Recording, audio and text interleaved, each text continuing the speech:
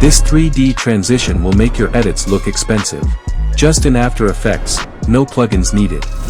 I've added the 3D model and preset to the description. First, drop your clips into the timeline.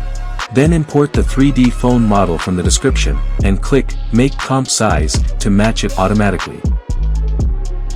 Now adjust the phone screen using position and orientation so it fits your shot.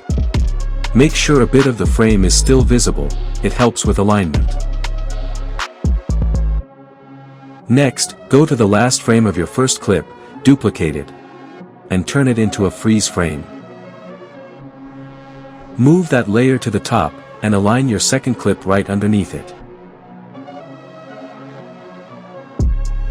Then line up the 3D phone model with the second clip as well. Turn the freeze frame into a 3D layer, and push it forward on the Z-axis until it sits perfectly inside the phone screen. Because the model is 3D, it'll naturally create depth and look like a real screen. Now scale it to fit perfectly, and parent it to the 3D model. This way it follows all the movement, almost like camera tracking. Next, add position and orientation keyframes at the beginning of the model layer. Go to the last frame, push it back on the Z-axis,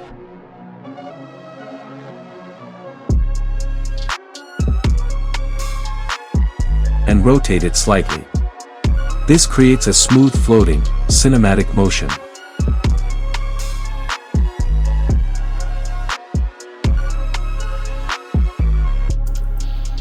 Then apply the old phone screen preset to the freeze frame layer.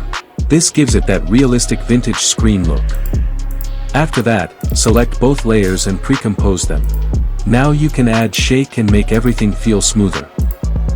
Finally, add a short adjustment layer, 2 to 3 frames, and apply a glow effect.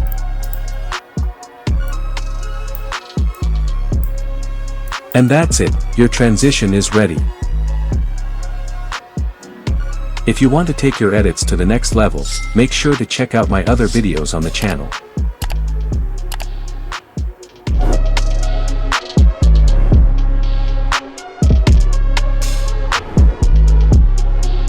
And if you want to import the models directly into After Effects with materials, choose the GLB format when downloading, and download them in the highest resolution possible if available.